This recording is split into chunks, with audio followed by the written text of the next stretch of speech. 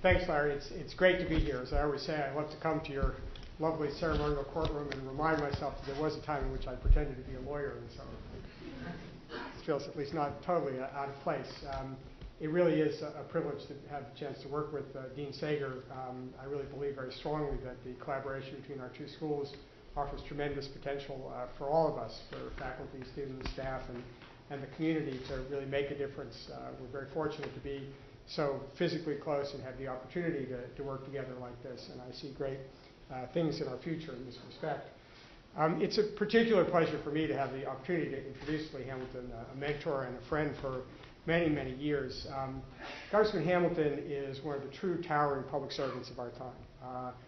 People always look back and they say they don't make them like that anymore, but in Lee's case, it really is absolutely true. This is really one of the great figures who's made such an incredible contribution to our country over a very, very long and distinguished career.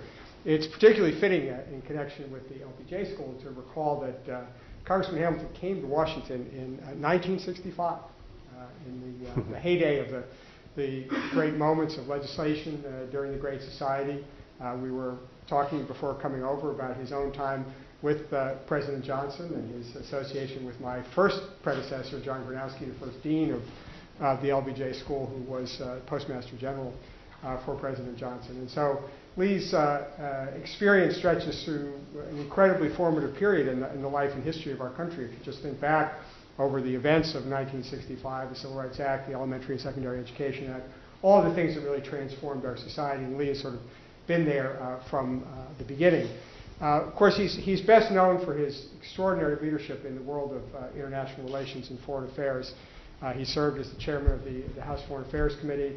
He served as chair of the Europe Subcommittee for many years before he actually became chair of the full committee, and was one of the really great thinkers about the role of the United States in the world, a true representation of the spirit of bipartisanship coming from the center of our country, which has brought us so many of the really great leaders on foreign affairs and international relations over the years. Indiana seems to be a place that produces them, and so we've been very fortunate for that kind of leadership that he provided. And I can tell you, as somebody who worked with Lee when I was in the White House, it was really, to have a partner like that is really quite extraordinary. After he ended his career in the Congress, no good deed goes unpunished, and so the country has continually turned to Lee for leadership in dealing with some of the most difficult and challenging problems of facing us in our foreign policy and national security. You all know that he was the co-chair of the 9/11 Commission, which is one of the weightiest tasks that one could ever ask. I think probably second or in parallel to the Warren Commission. The responsibility that this represented to try to give a fair, judicious, and thoughtful account, which both let us understand our past, but even more important, chart our way forward in the future. And the 9/11 Commission is really a model of that. And not only did the Commission have an enormous impact on all branches of government in thinking about how to deal with this terrible tragedy and this terrible challenge that terrorism represents, but it also, I think, set a tone that helped the country come together in important ways to think about strategies, about reorganizing our government, about how to focus our policy. Some of its recommendations have not been as assiduously followed as I would have liked, and perhaps Governor Kane and Lee Hamilton would have liked, but they have had an incredible impact on that policy. And again, having accomplished that great task, once again, the nation turned to Lee, along with Secretary Baker, Jim Baker, for the Iraq Study Group. Again, an enormous contribution to our country, trying to find a bipartisan way forward to deal with this very divisive issue with a set of recommendations, which I personally felt provided a very powerful blueprint for how to go forward. And I think what we'll see at the end of the day is that the basic approach that the Iraq Study Commission recommended, with some detours along the way, ultimately will be the path that the country takes. And so, as I say, it's an extraordinary career. As Dean Sager said, Congressman Hamilton is now president and director of the Woodrow Wilson Center, one of the most important places for thinking and research and commentary on international relations today. Tremendously influential in Washington with the Congress and the executive branch, bringing together scholars from both the United States and abroad to deal with these great issues. It's also particularly appropriate on what we expect to be the eve of the first presidential debate about national security and foreign policy, to have here for Lee to preview for us some of the issues that he thinks the candidates ought to be talking about and some of the challenges of our country going forward. So without further ado, Congressman Lee Hamilton.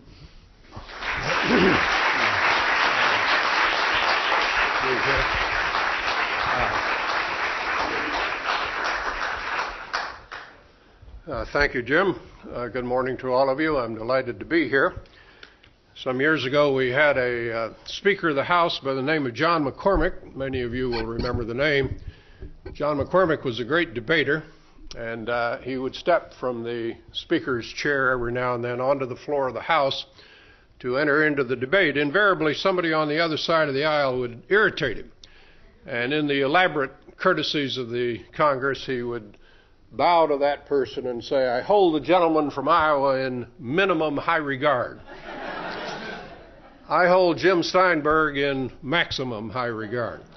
I'll say a word or two in a moment about the National Security Council, but it is kind of the go-to place for the United States government in all matters relating to the international field, and Jim served there with just extraordinary distinction for a period of years. I happen to believe that he'll go back into some government service at some point, and he will, I know, serve the country well. I want to tell you a story about LBJ, just because it was on my mind as you were talking about it, to illustrate the anguish of politics. LBJ was a big help to me as a freshman member of Congress. He told John Gronowski and Larry O'Brien, for example, to build any post office that Hamilton requested. And I requested 24 of them in the first 2 years, and they built every one of them. He was a great help in many, many other ways. He kind of took me under his wing, told me a lot of stories about Washington. I'm not quite sure why he did it, but he did. Then I was one of the first, I won't say the first, one of the early members of Congress to introduce an amendment to reduce our commitment in Vietnam. And we had a big debate on the floor. We lost it, but we got about 130 or 40 votes, which indicated that there was a lot of dissatisfaction in the House about the war. It just happened on the day that that vote occurred that I went to an event at the White House in the evening. I saw the president come in. He had something on his mind. And what he had on his mind was he wanted to talk to me.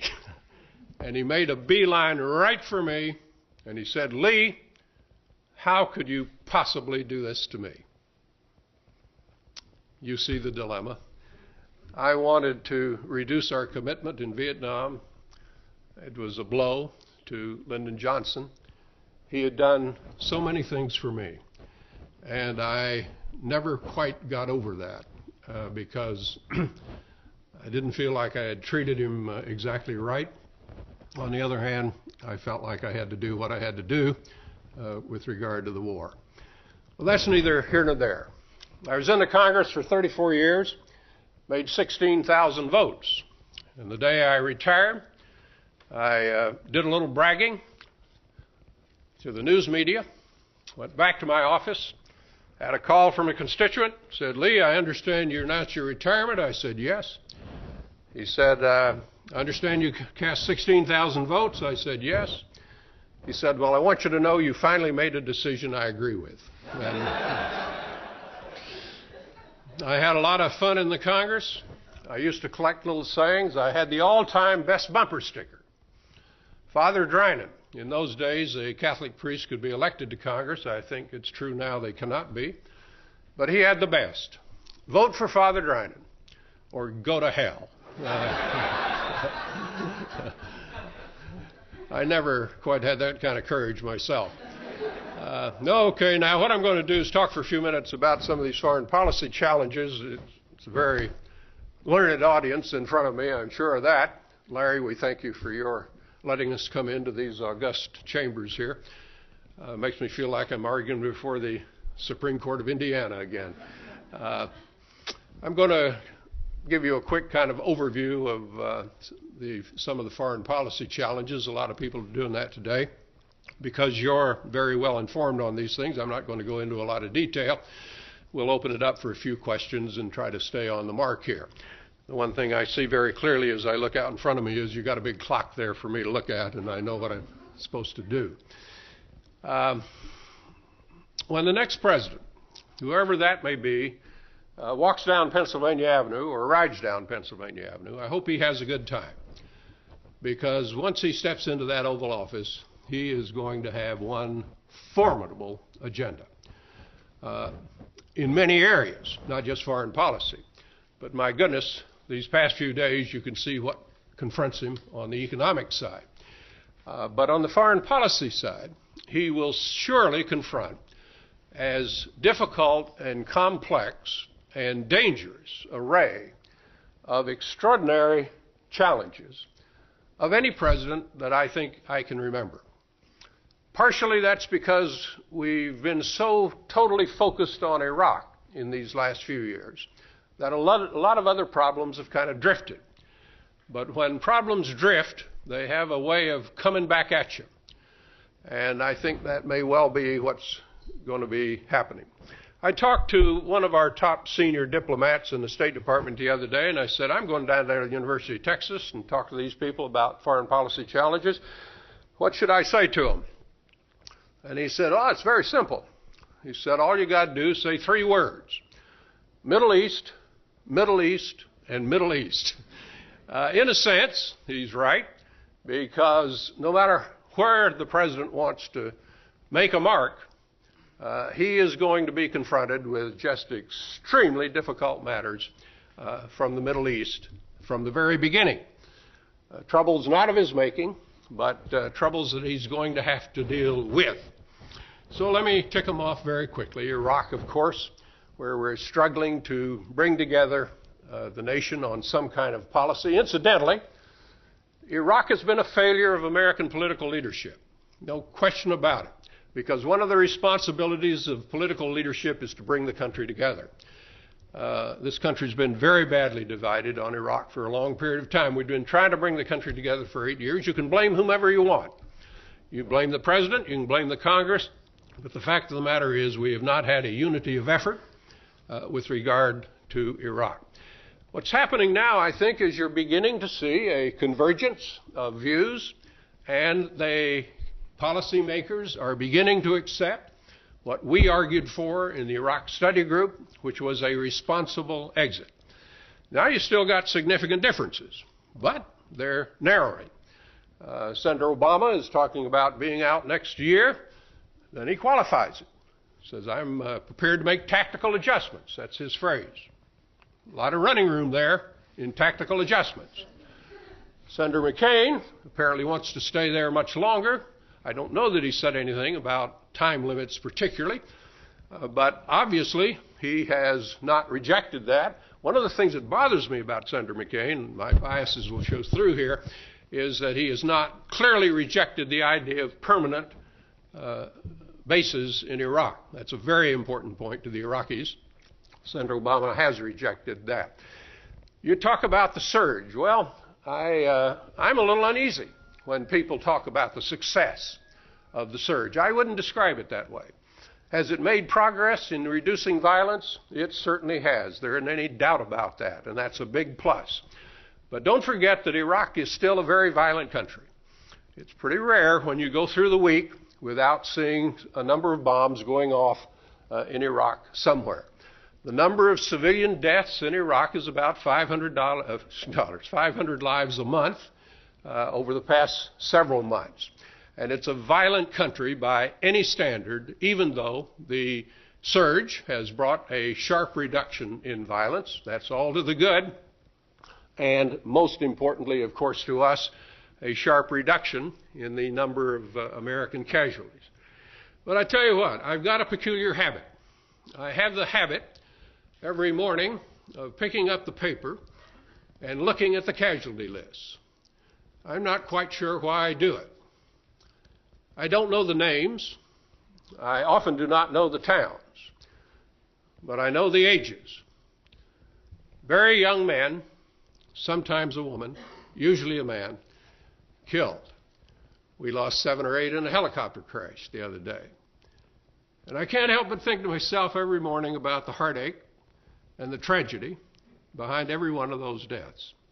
And of course now we're getting increased deaths in Afghanistan. Well, the Iraq situation is exceedingly difficult. We are beginning to come together. I believe we are moving towards a withdrawal from Iraq, but a responsible withdrawal, not just pulling out very quickly. And crafting a responsible exit is going to be the task of the next president. I do not see any kind of an exit strategy by President Bush. We're going to have 8,000 less troops there than we have now, according to the projections. I doubt if he'll make another decision on troop levels. So this problem is right in the lap of the new president. And you keep moving. The Afghanistan, of course, the Taliban in Afghanistan.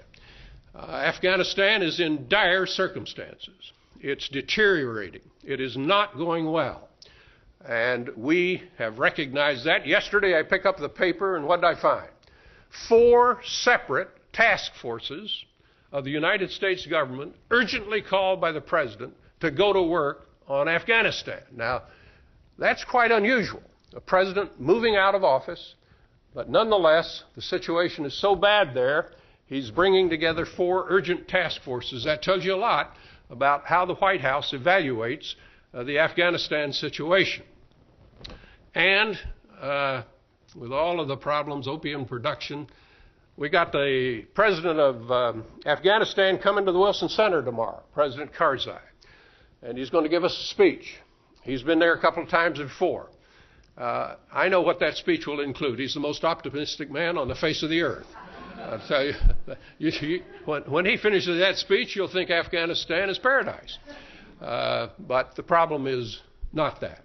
And I sit there and wonder to myself, how in the world can you be president of that country and not understand better the circumstances? But maybe you have to be a cheerleader in part at least. We're going to be putting additional troops into Afghanistan for sure. 8,000 or 9,000, I think, are scheduled. And that raises the question of the number one national security problem in the country today, if you talk to our policymakers today. Secretary Gates referred to it just day before yesterday in his testimony, and that's Pakistan. Pakistan is probably the most dangerous country in the world today, for a lot of reasons. Got a new president, Mr. 10%, we called him, when he was the wife of Benazir Bhutto. We don't really know what kind of president he's going to be. We're not too encouraged, but we hope that he will be good. But the government is dysfunctional. It's not working. They haven't resolved their problems in the government. The economy's a mess. And they've got the nuclear bomb. That's the problem. And they have a large element in their population that is extremist.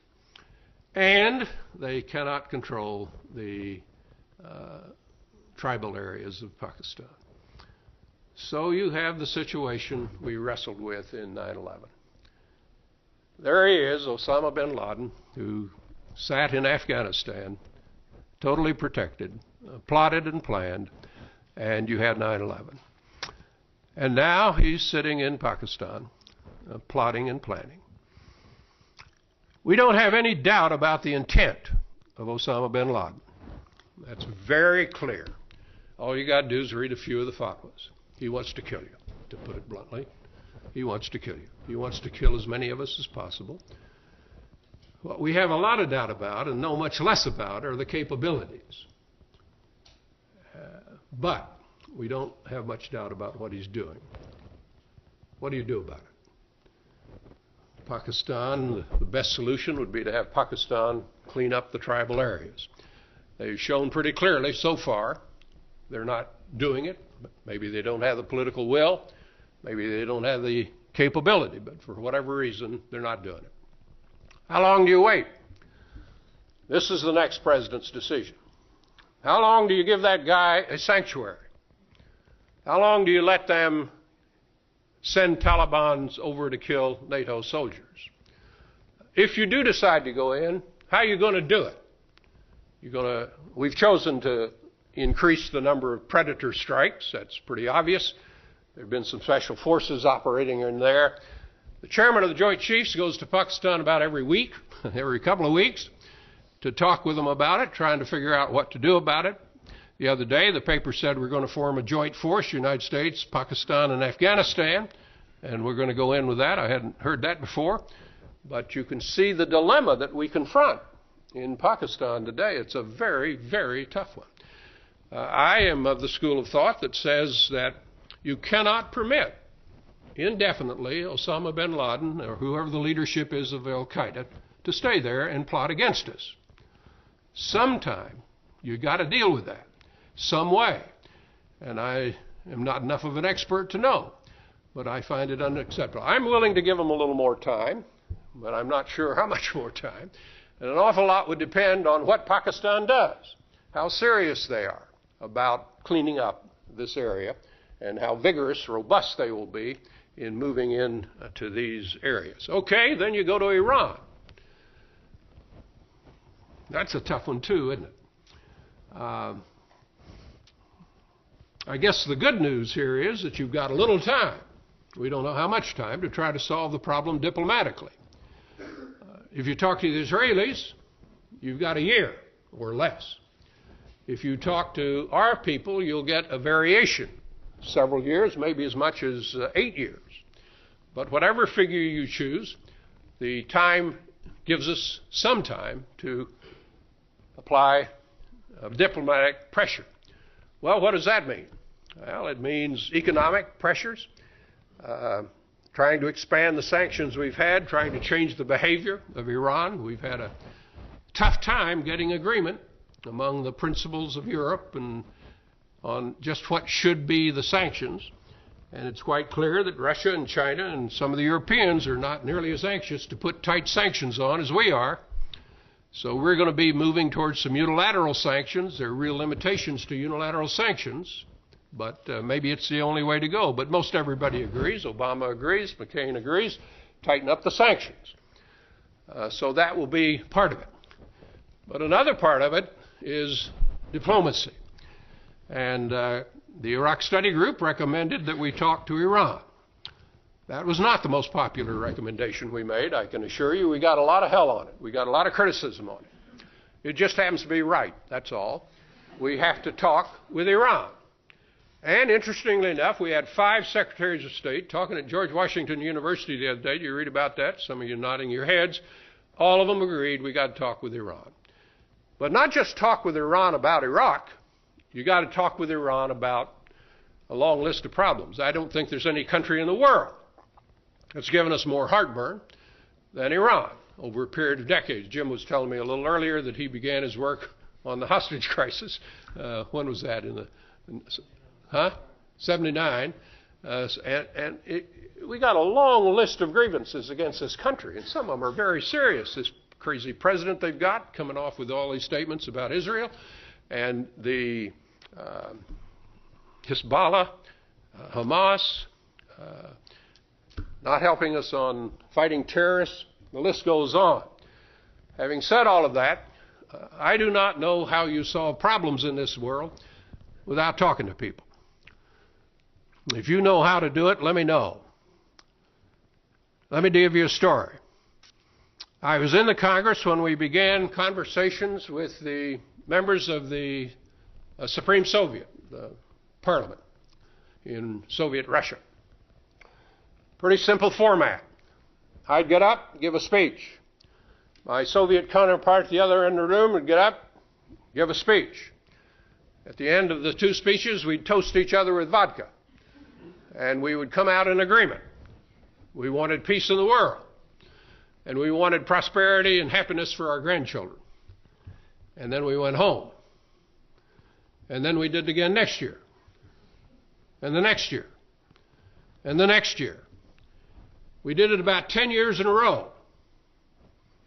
And then something happened.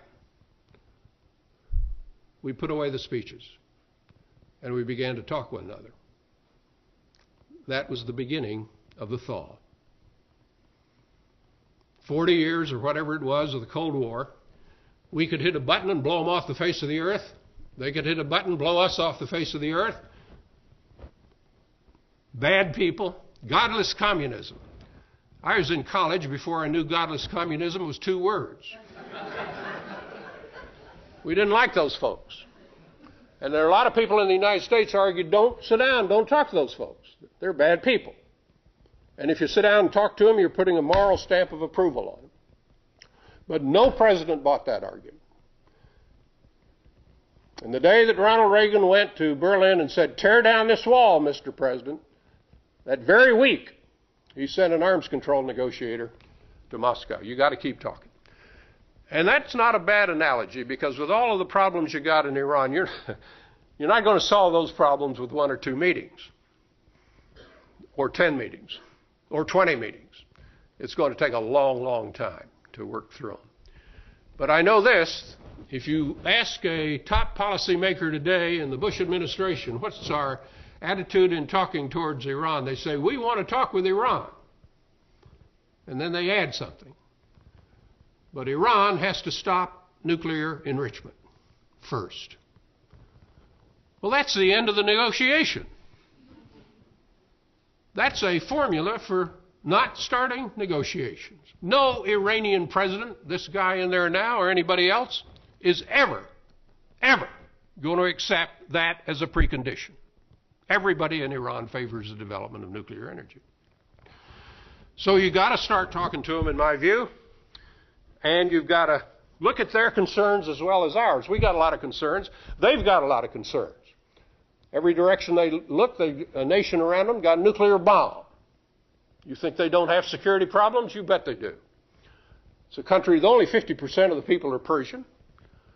They have all kinds of centrifugal forces in that country.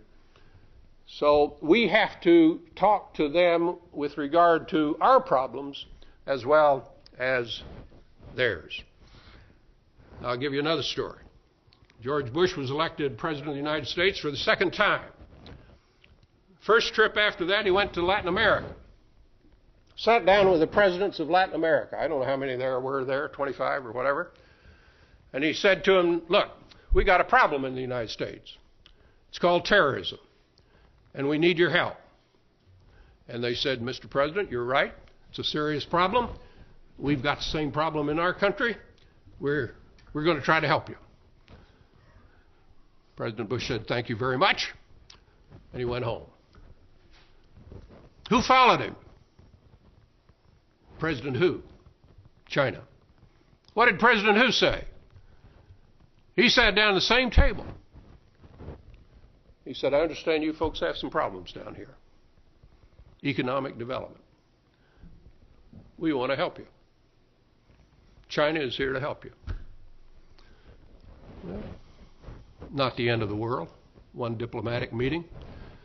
But just think about it a moment. We wanted them to talk about our agenda. We had every right to demand that. Every right to demand it. But we were not willing to talk to them about their agenda. And you don't make much progress when you ignore their agenda. Oh my. I got a long list here. I don't know how long. There are a lot of problems out there. Nuclear proliferation. There's been an erosion, hasn't there, of the nuclear proliferation, non-proliferation regime in the world.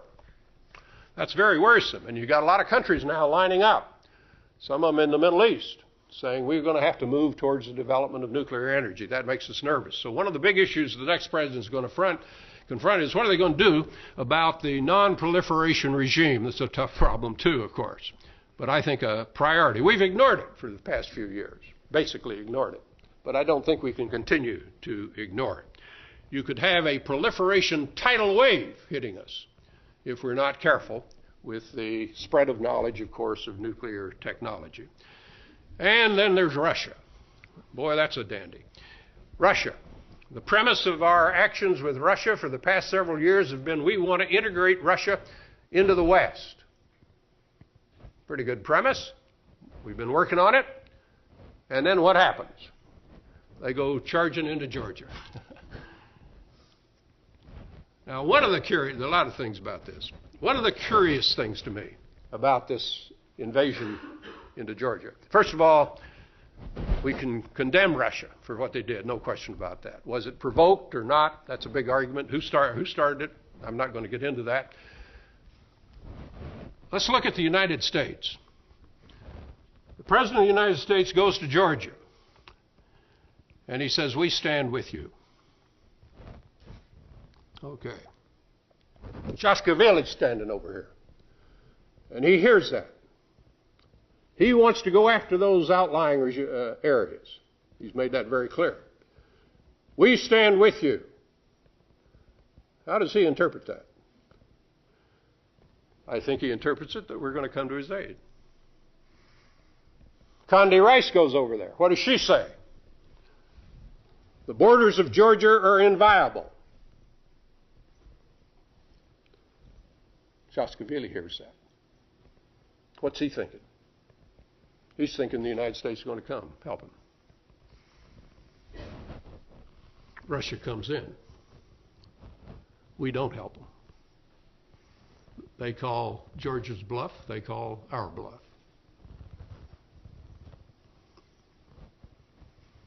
And you know, incidentally, I've never understood this. We never put anything in writing. This isn't a new problem. We've known this thing's been percolating for years. South Ossetia, Abkhazia. Clarity of communication in diplomacy is vital. And if you do not have the clarity, you're going to have problems, and we had them. Now you got the question of Georgia and Ukraine going into NATO. I met with a group of Russians, not official Russians the other day, but very learned Russians, and they said, "What are you going to do about Ukraine?" I said, I don't know what we're going to do about Ukraine.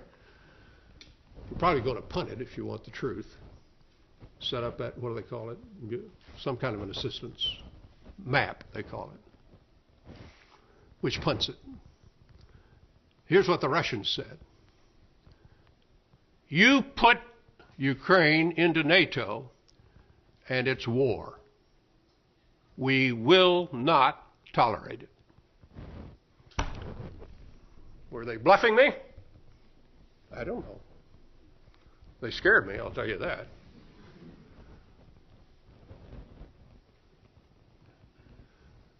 The next president's going to have to wrestle with that.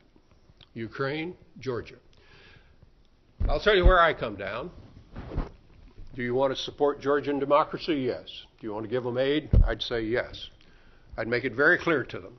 We're not going to send American men and women to fight for you against Russia. I'd make it very, very clear. I don't think the American people would tolerate it. But help their democracy, help them improve it, yes. But be very clear. And radical Islam, I'm jumping around, but it's a complicated world, isn't it?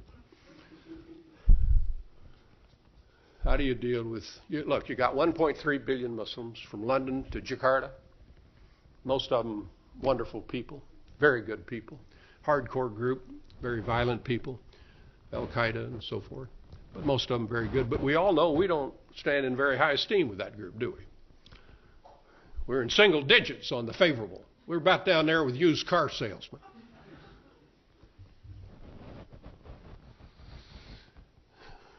How do you deal with it? We're losing that war. If you're going to win the war on terror, you're not going to win it just by fighting Al-Qaeda. You got to win the war of ideas. And we haven't done very well there, and we're supposed to be very good at that. Let me make an analogy here. If you're a politician in America today, holding office, every single day somebody comes to you and says, I want you to do something that you cannot possibly do. It's beyond your ability to get it done. If you're a successful politician, how do you answer? I don't know any successful politician who says to that person, I cannot help you. You know what you say? I feel your pain, in the words of a successful politician. Or, I'm on your side. I know it's simplistic, but it's what American foreign policy has to do. American foreign policy has to say to these people, look, we can't solve all your problems. We're not smart enough and we're not rich enough. But we're on your side. We want for you the same thing we want for ourselves: a decent life, a job, health care, retirement, the ability to marry the person of your choice. And we're going to try to help. But your governments are principally responsible, not us. And so we're going to come along and we're going to offer some assistance to develop alternative schools in Pakistan, alternative to the madrasa schools. I don't know what we're spending on that now. Several tens of millions of dollars, a drop in the bucket. But I'm all for it, because I think it sends the right signal. We want to help you. We want to develop alternative secular education for your children. We're going to pay a little bit to do it. Will it change the world in Pakistan? I doubt it, but right now it's sending the right signal, and that's important. Radical Islam. Oh my goodness, I think I'd probably better stop. But look, global warming, climate change, oil dependency, fights over water, and then there's always the unknown that comes along. When George Bush and Al Gore ran for president in 2000, the word terrorism was mentioned one time in the entire campaign. Even though you had had the bombings in East Africa, even though you had had the attack on the American ship there, the USS Cole, and a lot of other things, they talked about terrorism one time. One mention of the word. Mr. Bush is elected, 9/11 occurs, and his entire presidency is shaped around that word. Entire presidency. He didn't see it coming. We didn't see it coming. Most of us. So you always get the unexpected. And the toughest problem a president has is the question of intervention. When do you intervene? How do you intervene? And may I say to you, that's a question of the president, not the Congress. Don't think the Congress has anything to do with it. They're out here in left field. Same position they've been playing in the financial crisis. The president makes that decision. And just put your mind around that for a while. Who made the decision to go into Iraq to fight this war? President Bush. You may have approved it, you may have disapproved it, but think of the consequences of that decision in terms of the nation, in terms of individual lives, in terms of your budgets and taxes. Is it the right decision? You may say yes, you may say no, but you cannot possibly avoid seeing the enormous importance of a presidential decision. I'd like to see the Congress more involved in those things, but that's another whole matter. Let me begin to wrap up here. The next president is going to be confronting a situation of very great difficulty on the economy. I'm from Indiana. I talk a lot about the economic vulnerabilities we have today. You all know what they are: big federal budget deficits, big trade deficits, consuming more than we're producing, entitlement programs that are just off the charts, on and on and on. The economic problems go on. There isn't anybody who believes that those trends can continue. We all know they have to stop. Every one of us. I cannot find a single person in my state who is comfortable with the extravagance of the United States. Not one. And I imagine the same thing would be true in this audience, and the same thing be true in the great state of Texas. Okay, so the president comes in, he's got this economic situation to deal with, and keep this in mind. This is the point for this discussion. You cannot draw a sharp line and say this is foreign policy over here and this is domestic policy over there, for a lot of different reasons. One of them is this economics. If you do not have a strong economy, and there's no reason to panic here. We just got to reverse a lot of trends. If you don't have a strong economy, you cannot have a strong foreign policy. Same thing happens to be true on the political side. If you don't have a vital, strong, robust political system, you're weakened in foreign policy as well. The new president is going to come in when you've had this extraordinary shift of power to the executive. Now, I've got a real bias here, I don't mind telling you. You cannot possibly argue today that we have co-equal branches of government. Not even close. How far down that road can you go and still have representative democracy? That's the question. I'm worried about it. I don't know if anybody else is worried about it. I worry about it. Extraordinary shift of power. Look at this financial situation. Who dealt with that? 2 or 3 guys. Paulson, Bernanke, 1 or 2 others. They made the key decisions.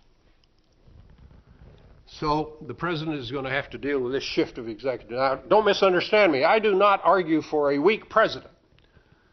I argue for a strong president, but a strong Congress. And I believe the tension between the two creates better public policy.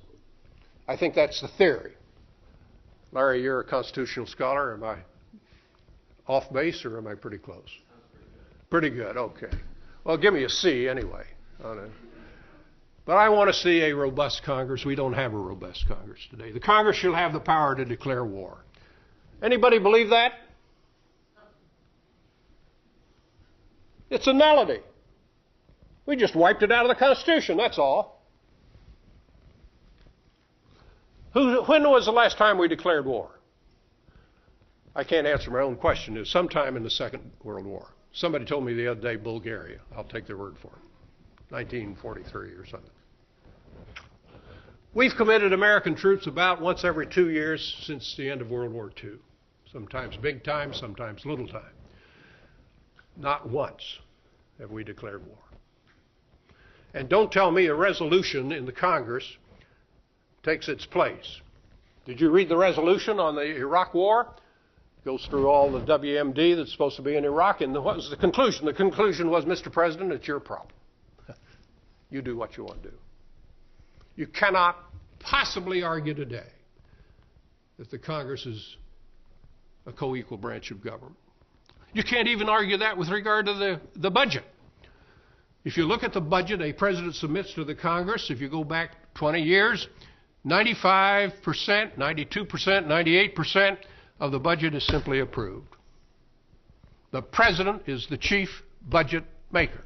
The big debates on the budget in the United States government do not occur in the Congress. They occur in the OMB. And that bothers me too. I'm worried about the bill that's going to come up on the floor. I imagine it'll be about 3,000 pages long. I imagine they'll get it at 3 a.m. in the morning and vote on it at 10 a.m.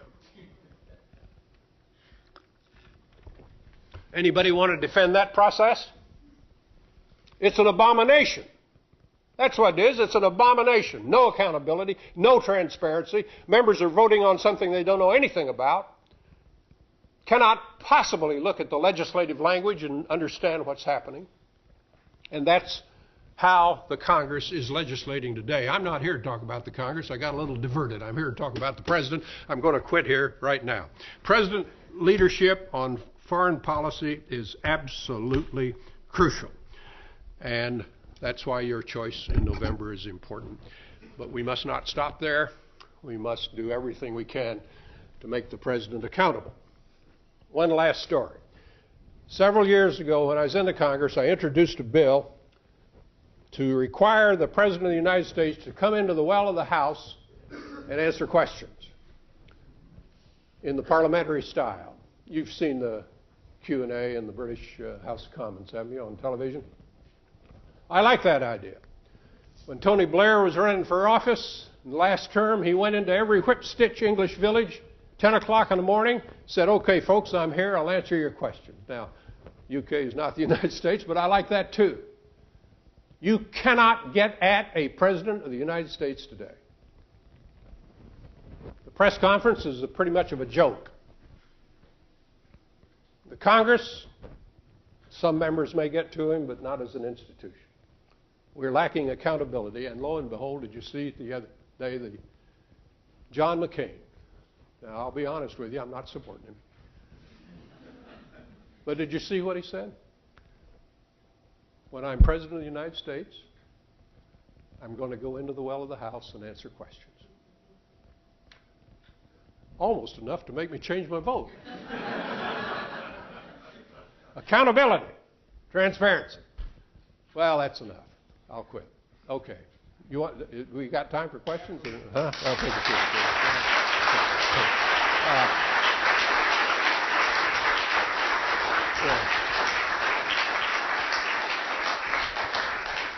Okay. You want to stand, sit, or be the most comfortable for you? No, I'll just stand here, and if I don't like the question, I'll walk out.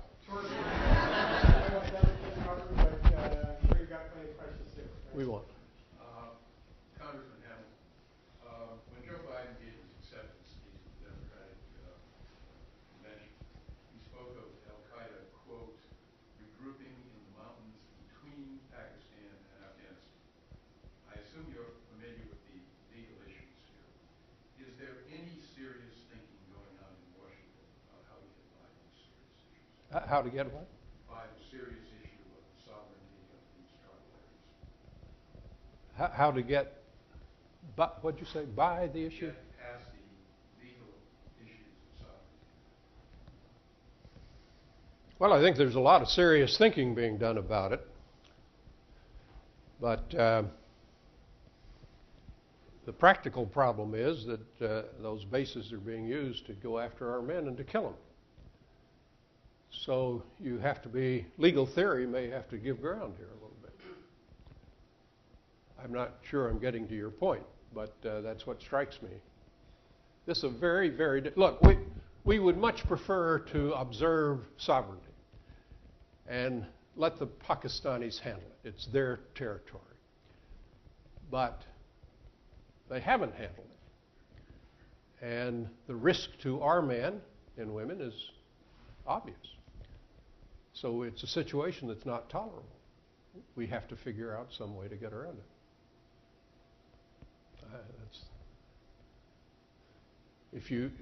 Let's take your view that you respect sovereignty. Maybe that's your view, I don't know.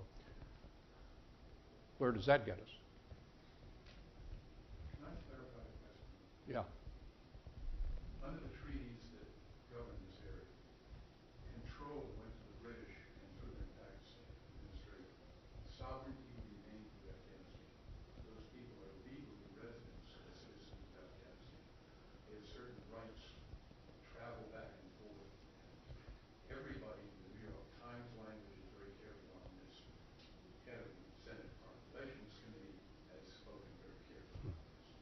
And it seems to me if we're going to be using large numbers of troops there, we better have some position on how to handle this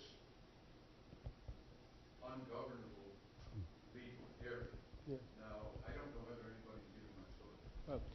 Well, I don't know that I do either. But it's, look, for me, it's a very practical problem.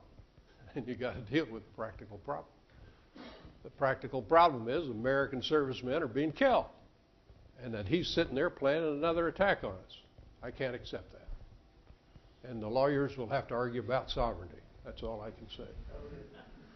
Congressman Hamilton, you talked a little bit about Ukraine and Georgia, but you didn't tell us really what you thought about those countries being put into NATO and the implications, and also obviously the implications with Russia and what you see as kind of happening. Well, Russia's very worrisome, isn't it? I mean, it's clearly under Putin's leadership, they've moved away from democracy. They've cut down on the media. They've really dictated results within the government, taken power from the outer reaches, the provinces. So it's very, very worrisome development in Russia. Likewise, their attitudes toward Georgia and Ukraine. The Russians are not going to pull out of those breakaway provinces. That's just not going to happen. What we will have to do is to try to get peacekeepers in there multinational, to try to keep the area calm. So I think that's just something you accept. One of the things you got to keep your eye on here is this. Georgia and Ukraine are important to the United States because they are democracies.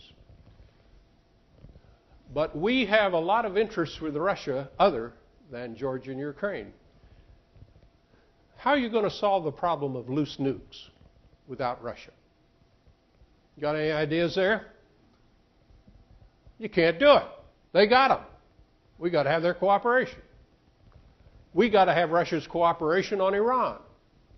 We've got to have their cooperation on North Korea. We've got to have their cooperation on counterterrorism. You see, the problem is we got interests with Russia, and that is why you have seen the administration rhetoric dial down. Because the realization has come that Georgia and Ukraine are important, but there are other very important things. And if you look at the Europeans, they think we've gone way too far. Now, how do you handle it? I'd punt it. You ever hear of a politician punting a problem? I think it's very likely that the next president will not deal with Ukraine and Georgia coming into NATO. They will put it over to this MAP program. I can't think of the acronym. Membership Action Plan. They'll let them fool around with it. They'll talk about the European Union, all of which I think is perfectly okay here, but they won't really address the question. I think there's a good chance, but we're certainly not going to address it in the short term. Yes?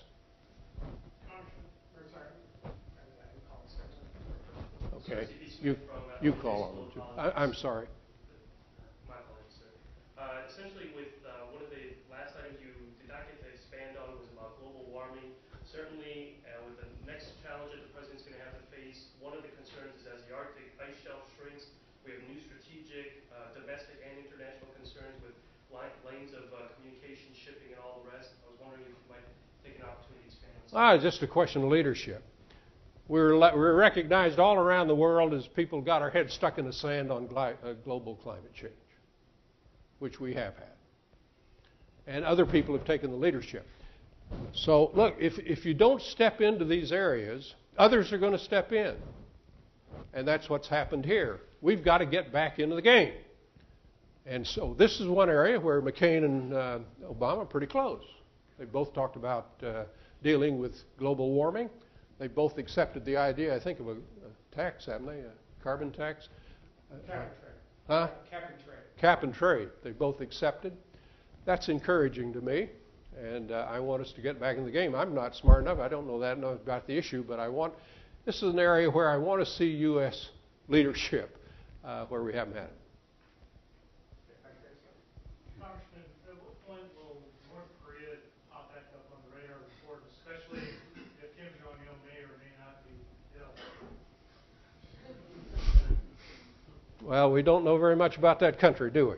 And not very much about that leadership. In many ways, it's similar to Iran, although in the North Korean case, they've actually got the bomb. I have been supportive of Ambassador Hill's effort and the Bush administration's effort to negotiate with North Korea. I still support that effort. But you have to acknowledge that it's not a sure thing. And of course, in recent days, you had a reversal there. They said they're going to go back into that reactor. So you just keep trying, and you have to have China's cooperation to put the screws on them, and to get the IAEA in there to inspect. In the long term, you will have to accept the fact that we can't do it by ourselves. You're going to have the help of other nations to try to put the pressure on North Korea. The president is fond of saying, I'm not going to take the military option off the table. That's correct. No president is going to take the military option off the table. But I'd try to lower the rhetoric, and I'd certainly keep the negotiators at the task and see if we can make progress. There is such deep distrust between our two nations, it's going to be tough to overcome. I don't have any solution for it. Yeah. Congressman, how would you respond to the suggestion that the actions by the CIA and other elements of our government, for instance, in overthrowing the democratically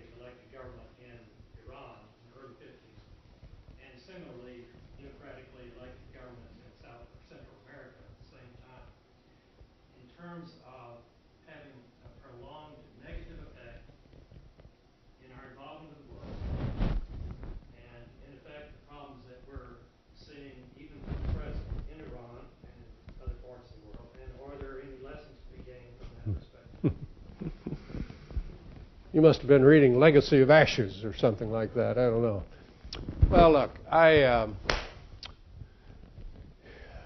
dealt a lot with the intelligence community over a period of years. I think you have a lot of very good Americans working in that field, very patriotic Americans. I always found, I don't know, Jim, if this was your experience, but I found briefings by the intelligence community to be very, very good. My biggest concern about the intelligence community, to be blunt about it, is the politicalization of intelligence. And you see, most of your intelligence people are civil service people, but the people right at the top are political appointees, and they know what the president wants to hear, and they're good politicians, and so they say it's a slam dunk. And I really worry about that, because I think, you know, Richard Helms, do you know the name? Helms, he had the view that has been often stated, I like it, I heard him say it, he's deceased now. He said, my job as intelligence director is tell the president what I know, what I don't know, what I think I know, and as soon as you start talking policy, Mr. President, I'm out of there. That's my view of the intelligence community. Look, they have a really tough job. The tough job is they're trying to find out everything the other side doesn't want you to know.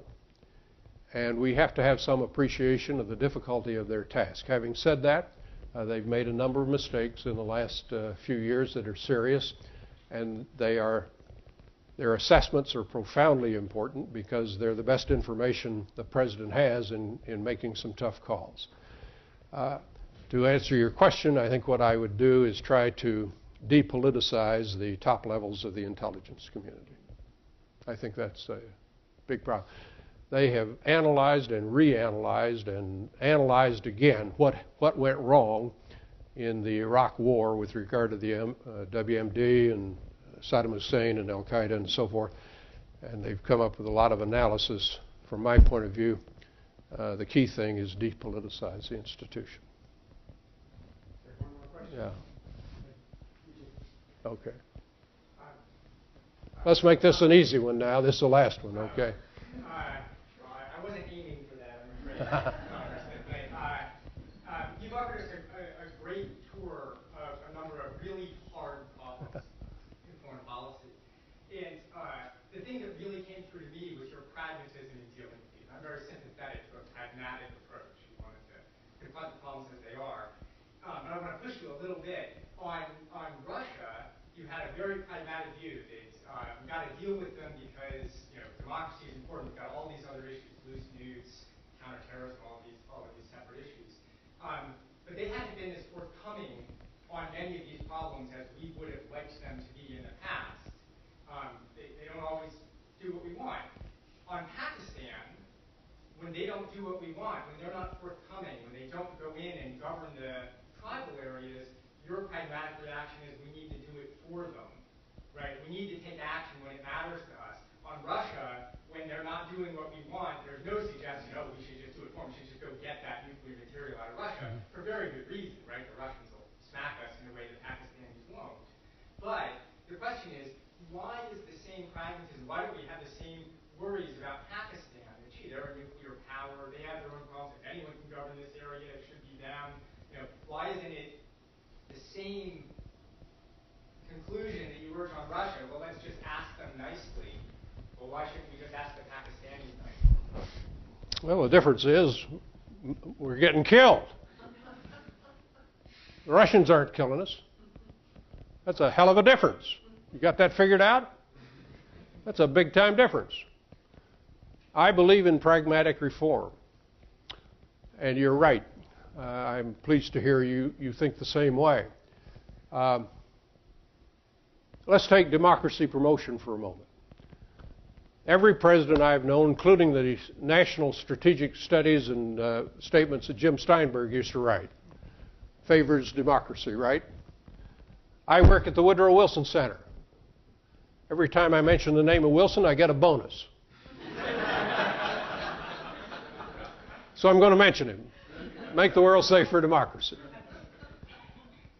But look, we got to be pragmatic about this. We don't give that democracy promotion speech in Riyadh. Why? We got to have the oil, that's why.